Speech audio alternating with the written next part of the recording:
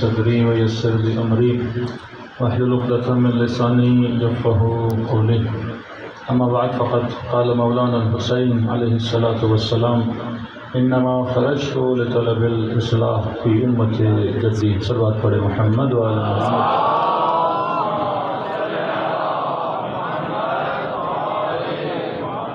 دعا ہے پروردگار عالم ہم سب کی عبادتوں کو اپنی بارگاہ عالی میں قبول فرمائے، وہ جو مقصد زندگی مقصد عبادت لے کر فرش عزا پہ آتے ہیں خدا ان مقاصد میں بھی ہم سب کو کامیابیاں کامرانیاں نصیب فرمائے۔ اس طرح کل بھی آپ کی خدمت میں عرض کیا کہ فرش عزا اور عاشورہ کا مقصد یہی ہے کہ قوموں کی ملتوں کی افراد کی اصلاح کی جائے، اور 1400 سال سے یہ فرش عزا مختلف جگہوں پر اصلاح عوام اور اصلاح مومنین کر رہا ہے، کیونکہ جس معاشرے میں فرش عزا ہے اس معاشرے میں محبت اہل بیت ہے۔ وہ بستی جہاں کوئی مجلس نہیں، جہاں اہل بیت کے چاہنے والے نہیں، وہاں پہ آپ کو اہل بیت کی محبت بھی نظر نہیں آتی۔ تو ہم وہ مشکیزیں ہیں جن کے وجود میں محبت اہل بیت ہے، ہم وہ مشکیزیں ہیں جو مسلمانوں کی چھوٹی چھوٹی پیالیوں میں محبت اہل بیت کو بھرتے ہیں تاکہ وہ اس محبت کو لے کے سیراب ہو جائیں۔ پریکٹیکل ہے، آپ ان شہروں میں چلے جائیں جہاں کوئی شیعہ نہیں، کہ وہاں محبت اہل بیت بھی نظر نہیں آتی، ان کے بچوں سے پنجتن کے نام پوچھیں ان کو پتہ نہیں ہے، یہ آج جو مسلمان بڑے فخر سے کہتے ہیں کہ ہم بھی اہل بیت سے محبت کرتے ہیں، لیکن پوچھیں تو صحیح، یہ محبت تمہارے دلوں میں ڈالی کس نے؟ یاد اہل بیت دلائی کس نے؟ کس نے نام حسین حسین کو تمہیں یاد کروایا؟ کہ وہ کون تھے؟ وہ عزاداران ابا عبداللہ الحسین تھے، اور فرش عزا کا اثر اتنا تھا کہ اس فرش عزا نے قوموں میں بہادر لوگوں کو پیدا کیا۔ اس فرش عزا نے آپ کو بہادر لیڈرشپیں دی۔ کیوں دوسری قوموں میں خمینی جیسی مثالیں نہیں ملتی؟ کیوں دوسری قوموں میں شہید حسینی جیسے شہداء نظر نہیں آتے؟ کیوں دوسری قوموں میں شہید صدق جعفر جیسے شاعر نہیں ملتے؟ کیوں دوسری قوموں میں شہید مطہری جیسے مفکر نہیں ملتے؟ یہ سارا نتیجہ کس کا ہے؟ مجلس عزائے حسین بن علی کا نتیجہ، کہ جن کی نسلوں میں ذکر حسین پایا جاتا ہے وہ نسلیں بزدل نہیں ہوا کرتی۔ جن کے امام علی ہوا کرتے ہیں وہ کسی میدان کو چھوڑ کے بھاگنے والوں میں سے نہیں ہوا کرتے۔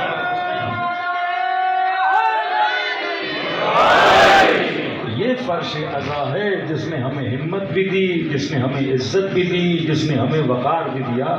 تو اگر کوئی کہے کہ مجلس حسین میں اتنے خرچے کیوں ہوتے ہیں، شیعہ اتنا پیسہ کیوں لٹاتے ہیں، تو 2.5 مہینے اتنا خرچہ کیوں کرتے ہیں، تو اس کا سمپل سا جواب ہے کہ جناب ہم مجلس پہ خرچ نہیں کرتے، ہم اپنی نسلوں پہ خرچ کرتے ہیں۔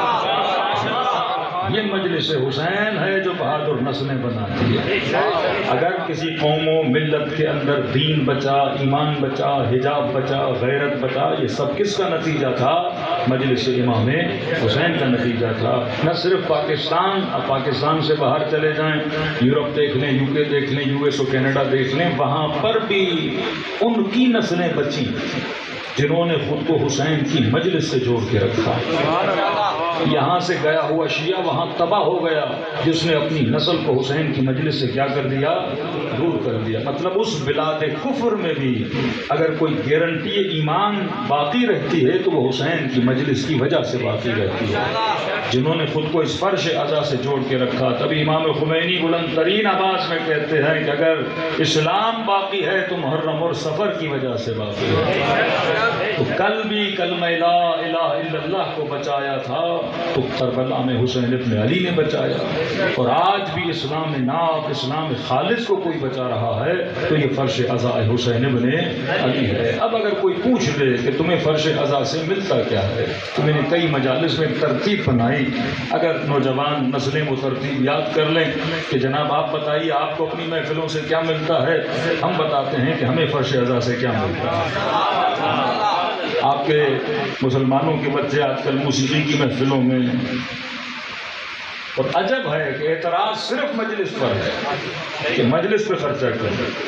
یہی حکمران سنیما بناتے ہیں، اس پہ کوئی اعتراض نہیں کرتا۔ اربوں روپے ایک سنیما کو بنانے پہ لگا رہے ہو، اس پہ اعتراض نہیں ہوتا۔ بڑے بڑے مال ہیں اسلام آباد میں، 3D سنیما بنائے ہوئے ہیں، کوئی یہ نہیں کہتا کہ اتنا خرچہ یہاں کیوں کیا جا رہا ہے، اس کو اپریشیٹ کیا جاتا ہے کہ بچے سنیما میں جائیں۔ اسی اسلام آباد میں کتنے کنسرٹس ہوتے ہیں، ایک ایک گویا 1-1 کروڑ لیتا ہے، لیکن اس پر کوئی اعتراض نہیں کرتا کہ بچے وہاں کیوں جا رہے ہیں، کیونکہ وہ نظام شیطان ہے، وہاں جانے کی بھی اجازت ہے، اسے پروموٹ بھی کیا جاتا ہے، لیکن سارے اعتراضات کس پر ہیں؟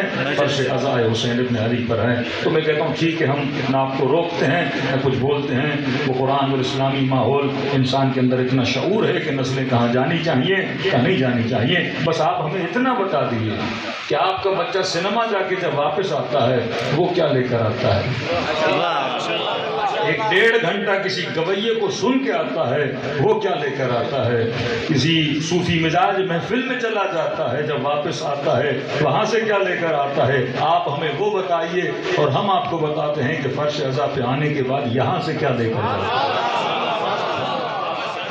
فرش عزا نسل کو کیا دیتی ہے؟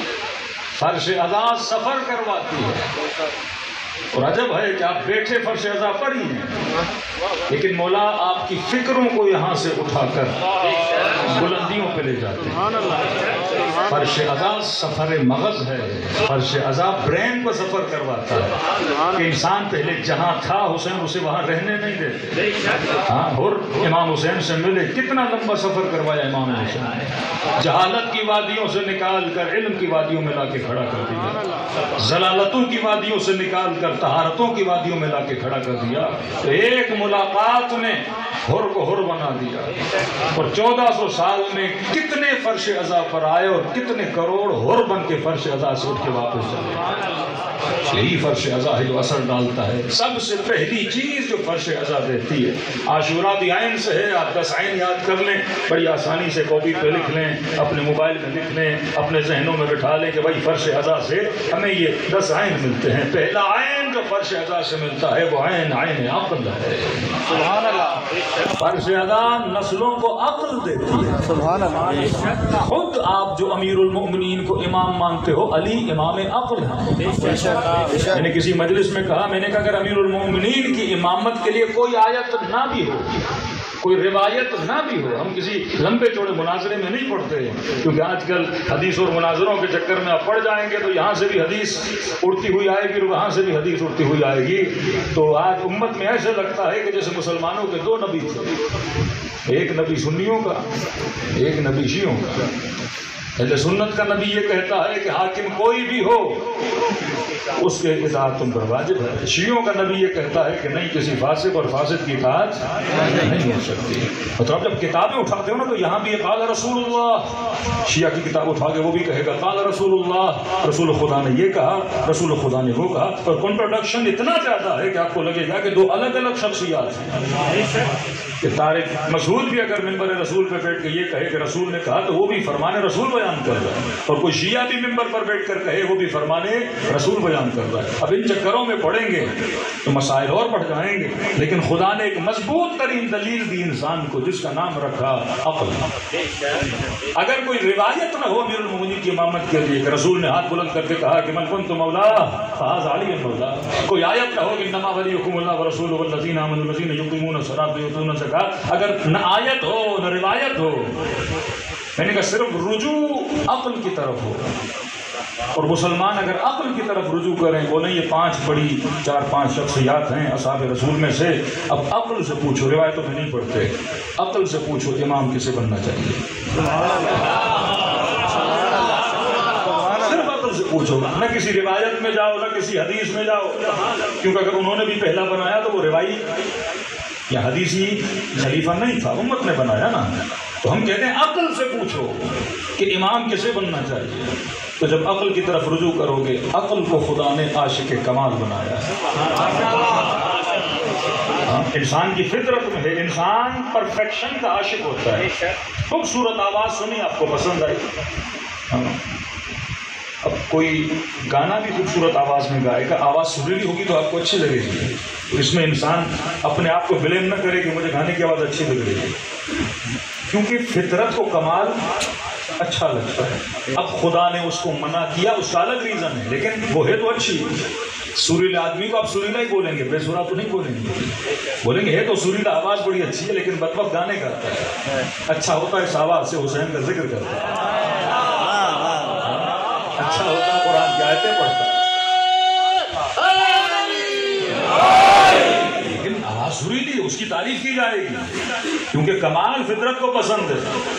اگر کوئی بندہ سریلی آواز کو بولے یہ بے سرا ہے، بے سرا ہے، تو لوگ بولیں گے اس کی سماعت تھوڑی خراب ہے، اچھی کو بھی یہ کیا بول رہا ہے، برا بول رہا ہے۔ عمرو عاص کمال کا دماغ تھا، امیر المؤمنین کی تعریف کرتے ہیں، بولا فرماتے دماغ تو اس کا بڑا کمال کا، اچھا ہوتا کہ علی کے پاس ایک ایسا ہوتا میں اپنے 10 دے دیتا ہے، کیونکہ مولا کے لشکر میں تھے تو مولا کے ساتھ، لیکن کچھ ایسے بے وقوف تھے جنہوں نے جو فیصلہ کروایا، اور آپ کو پتا ہے جیتی ہوئی جنگ امیر المؤمنین کے ہاتھ سے کیا ہو گئی، نکل گئی۔ اچھے دماغ جناب مختار ثقفی، رسول نے لقب دیا قیس، فرمایا اس کا بیٹا بڑا تیز ہوگا، شارپ ہوگا، کین ہوگا، اور مولا فرماتے ہیں علی کا شیعہ بھی کیا ہوتا ہے، شارپ ہوتا ہے، تیز ہوتا ہے، ٹین کے ڈبے کی طرح نہیں ہوتا، جلدی گرم بھی ہو گیا اور منٹوں میں ٹھنڈا بھی ہو گیا۔ فرما نہیں، مصلحت پسند، چیزوں کو سمجھتا ہے، حکمتوں کو سمجھتا ہے، کیونکہ کس کا ماننے والا ہے، امیر المؤمنین کا ماننے والا ہے۔